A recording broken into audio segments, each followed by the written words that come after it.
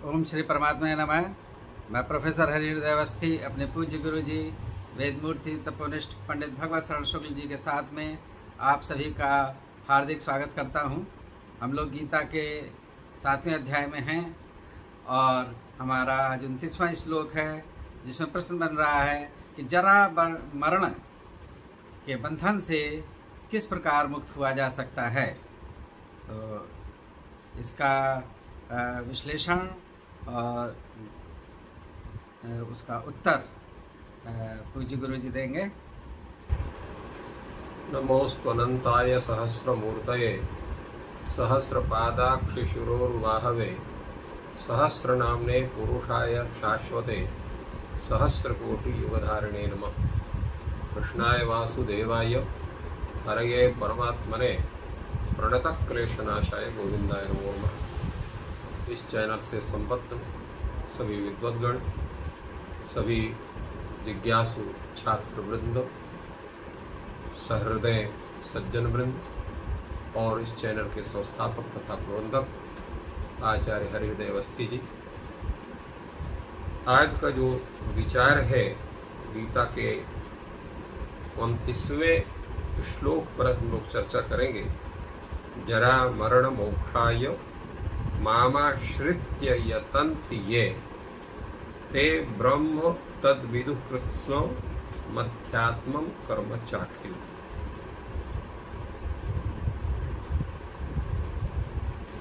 अब यहाँ जो विचार है वह व्यक्ति के अपने परम पुरुषार्थ के विषय में चिंतन होता है, परंतु परम पुरुषार्थ चिंतन में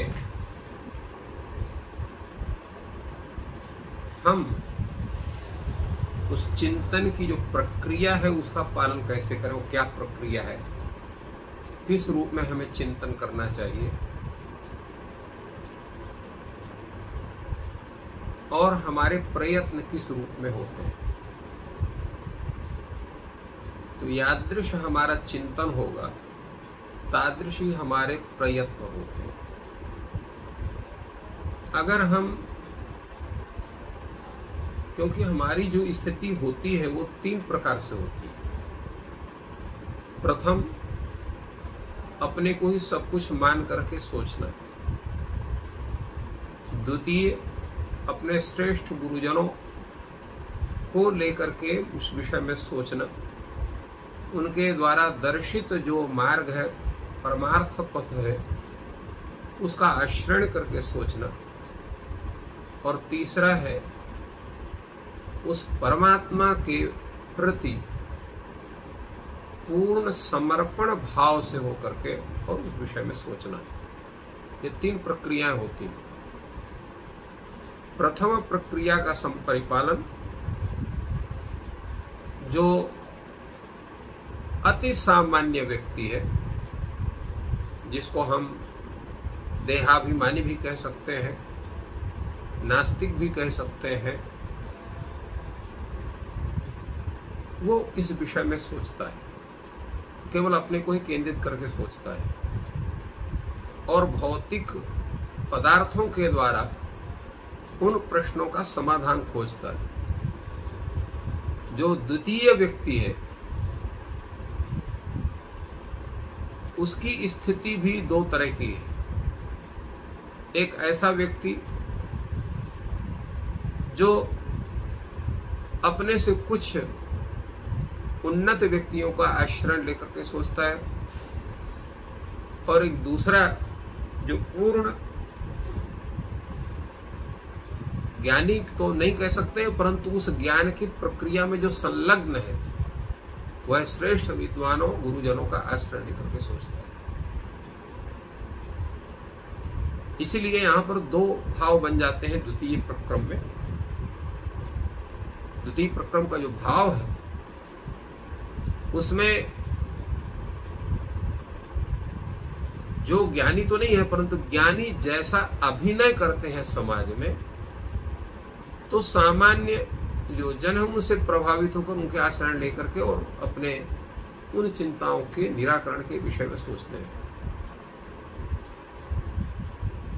तो सब उनके चक्र में तो नहीं आते हैं, परंतु जो कुछ अल्प स्वरूप में है, अल्प बुद्धि में है, अधिक नहीं सोच सकते हैं, अपने हित निर्णय करने में उतने सक्षम नहीं है, ऐसे व्यक्ति उनके माया जाल में फंस जाते हैं और वो ऐसे देवों की उपासना करते हैं जिससे वो सांसारिक बंधन में ही अधिक पड़े रहे। क्योंकि हमारी जो प्रवृत्ति होती है वो शीघ्र फल प्राप्ति करने के विषय में अग्रसर होती है। तो हमें कोई बता देता है कि फला देवता की आराधना करोगे तुमको जल्दी फल मिल जाएगा, फला देवता की आराधना करोगे जल्दी फल मिल जाएगा, और संप्रति तो लोग स्वधर्म भिन्न स्थलों में भी जाकर के मत्था टेक रहे हैं, जिनको कहने की आवश्यकता नहीं है। जिसकी चर्चा हम लोगों ने किया था कि जो भूत प्रेत का आश्रय करता है वो भूत प्रेत योनि को प्राप्त करता है, जो देवताओं के विषय को आश्रय करता है वो देव योनि को या देवताओं के लोक को प्राप्त करता है, जो भगवान श्रीमन नारायण के चरण में जाता है वो भगवत लोक को प्राप्त करता है। तो प्रवृत्ति के अनुसार व्यक्ति तत्त स्वरूप को प्राप्त करता है, और जो ज्ञानी है वो गुरुजनों के द्वारा जो सन्मार्ग है उस पर प्रवृत्त होकर के उस परमात्मा के स्वरूप को प्राप्त करते हैं। तो यही यहाँ पर बतलाया गया, जरा मरण मोक्षाय माम आश्रित्य यतन्ति। क्योंकि हमारी जो प्रवृत्ति होती है, संसार का प्रत्येक व्यक्ति दो चीजों से डरता है, जरा से, जरा माने वृद्धावस्था, और मृत्यु से। ये दोनों सत्य भी हैं। बाकी विषय जितने हैं वो परिणत हो, कार्य रूप में ना परिणत हो, परंतु जिसका जन्म हुआ है तो उसके विषय में स्थिति बनती है। क्योंकि 6 हमारी अवस्थाएं होती हैं जीवन की: उत्पद्यते, वर्धते, तिष्ठति, ह्रस्यते, नश्यति। सबसे पहले उत्पद्यते, वर्धते, तिष्ठति, ह्रस्यति और नश्यति। तो इस तरह से जो है, पहले उत्पद्यते, उत्पद्यते के पश्चात जो है विद्यते होगा, एक होता है। तो उत्पद्यते, विद्यते, वर्धते, तिष्ठति, ह्रस्यति, नश्यति। ये 6 अवस्थाएं।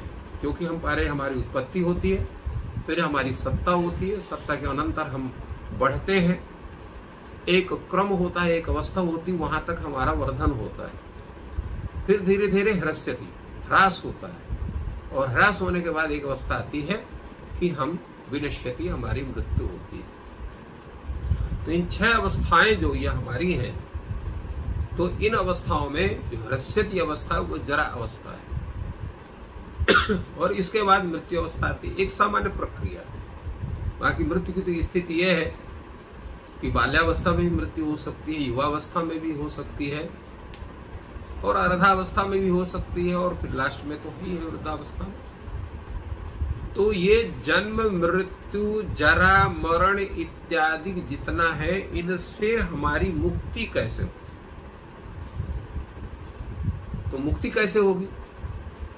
जब हमें जन्म ग्रहण नहीं करना पड़ेगा तब उससे मुक्ति होगी। वो कैसे होगी? तो जब हमें उस परमात्मा तत्व का ज्ञान होता है। वो परमात्मा तत्व का ज्ञान कैसे होगा? वो होगा उस परमात्मा श्रीमन नारायण में पूर्ण रूप से शरणागत होकर के और उनका आश्रयण ग्रहण करना। श्री कृष्ण शरणम मम, ये जब बुद्धि आपकी बनेगी। इसीलिए भगवान ने कहा माम आश्रित्य जरा मरण मोक्षाय ये यतन। तो जरा मरण मोक्ष का मतलब ये नहीं है कि जितने भी लोग हैं वो वृद्धावस्था से और मृत्यु से उनका छुटकारा मिले इसलिए उनको भगवान का आश्रय करके यत्न करना चाहिए। तो उसका तात्पर्य ये नहीं है। इसका तात्पर्य ये है कि जो हमारा जन्म और मरण ये शरीर का धर्म है, आत्मा का धर्म नहीं है। हम अपने कर्मों के अनुसार तत्त योनि में जन्म लेते हैं और उस अवस्था विशेष को पूर्ण करने पर हमारी मृत्यु होती है। फिर इसके बाद फिर कर्मानुसार दूसरे शरीर को प्राप्त करते हैं, फिर उसमें हमारी मृत्यु होती है। फिर तीसरे चौथे, जब तक उस परम पद की प्राप्ति नहीं होती है तब तक जरा मरण मृत्यु जन्म आदि का ये चक्कर चलता रहता है।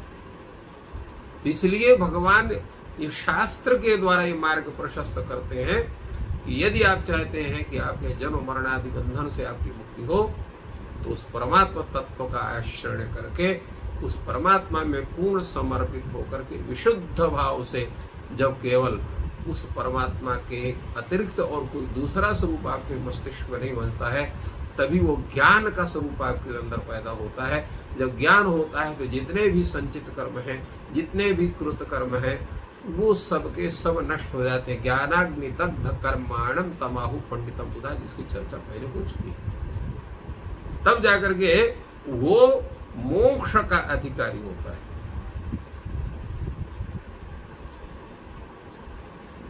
तो वो जो पूर्ण रूप से उस परमात्मा के प्रति समर्पित होता है, तो ऐसा व्यक्ति जो है उस तद ब्रह्म विदुहु, उस परमात्मा को वो जानता है, ब्रह्म को जानता है। वो ब्रह्म कैसा है? तो वो ब्रह्म को भी जानता है, साथ साथ में भी जानता है कि कर्म बंधन के कारण ही संपूर्ण शरीरों की प्राप्ति होती है। तो कृत्स्नम अध्यात्मम कर्म, संपूर्ण अध्यात्म को, संपूर्ण कृत्स्नम अध्यात्मम अखिलम च कर्म तद विदु, वह व्यक्ति जो है उस पर ब्रह्म को जानता है, उस जो परमात्मा के स्वरूप का जो तात्विक, अध्यात्म का तात्पर्य क्या है? उस ब्रह्म का जो तात्विक स्वरूप है उसको जानता है। अखिलम च कर्म विदु, और अखिल कर्म का मतलब है जितने भी उसको कर्म अकर्म विकर्म इत्यादि जितने हैं उनको सब पूर्ण रूप से वो जानता है। और इस आधार पर वो अपने स्वरूप को उस परमात्मा तत्व में समर्पित करके संपूर्ण कर्मों से परे हो करके उससे दूर होकर, दूर का मतलब होता है कि उन कर्मों का बंधन पूर्ण रूप से जब उसे समाप्त होता है तब जाकर के उस परम तत्व की प्राप्ति करता है। उसके अतिरिक्त और कोई दूसरा साधन इस जन्म मरण जरा आदि के का जो बंधन है उसके मुक्ति उसको नहीं हो सकती है। इसलिए क्योंकि तो अब एक प्रश्न उठता है, भगवान ये सब हम लोग क्यों बताता है? जिसकी मर्जी होगी, जिसकी इच्छा होगी वो उसमें प्रवृत्त होगा, वो शरणागत होगा, वो सात्विक बनेगा, नहीं इच्छा नहीं होगा। तो एक उस पिता को देखिए जो अपने प्रत्येक संतान की पूर्ण कल्याण की कामना रखता है। तो उसके कई तरह के पुत्र हैं, कोई बहुत लायक है, कोई बहुत बड़ा विद्वान है, कोई बहुत बड़ा है, कोई किसी रूप में है, तो कुछ नालायक भी है, कुछ दुष्ट भी है, कुछ अत्यंत पतित है तो कोई अत्यंत उन्नत है। क्योंकि प्रत्येक व्यक्ति के कर्म स्वभाव के अनुसार उसे गुण अवगुण उसके अंदर होते हैं। परंतु माता और पिता जितना वो अत्यंत श्रेष्ठ विद्वान कर्मनिष्ठ पुत्र के विषय में स्नेह करता है, उतना अत्यंत पतित और तुष्ट पुत्र के विषय में भी उतना ही उसका स्नेह होता है। और उसके उन्नति के लिए, उसके सुख की कामना से उसको निरंतर कुछ न कुछ उपदेश देता रहता है जिससे कि उसका जीवन सुधर जाए। भगवान क्या है? वो परम पिता है। जितने संसार में पिता उनका भी वो पिता है, इसलिए उसको परम पिता कहते हैं। तो परम पिता जो परमात्मा है वो प्राणी मात्र की उन्नति की कामना करते हैं। इसलिए शास्त्रों के द्वारा इन उपायों को संपूर्ण विश्व के सामने रखते हैं कि इन उपायों का आचरण करके आप सब अपने इस जन्म को सुजन्म में परिणत कर सकते हैं, अर्थात अनेक प्रकार के सत्म कर्म करके और मुझ परमात्मा का आश्रय करके संपूर्ण कर्म अकर्म विकर्म इनको सबको जो है छोड़ करके या उनके तात्विक स्वरूप को जान करके उनके बंधन से मुक्त होकर के मुझ परमात्मा को प्राप्त कर सकते हैं। तो इस चीज का उपदेश, इस वस्तु का उपदेश, इस परम उपाय का उपदेश भगवान ने गीता में इस श्लोक के माध्यम से हम सबके कल्याण के लिए रखा है, जिससे प्रत्येक जीव जो इसको जानना चाहता है उसका परम कल्याण हो सके। बहुत ही सुंदर विवेचन गुरु जी ने किया कि जरा मरण के बंधन से मुक्त होने के उपाय गीता और वे वैदिक पद्धति भी क्या हैं, उनका उपदेश गुरु जी ने किया। आपको ये ज्ञान अगर लाभप्रद लग रहा है और जो लोग नए जुड़े हैं कृपया चैनल को सब्सक्राइब करें, अपने मित्रों के साथ शेयर करें और वीडियो को लाइक करें। आप सभी का जीवन सुखी हो, आनंदित हो। Thank you.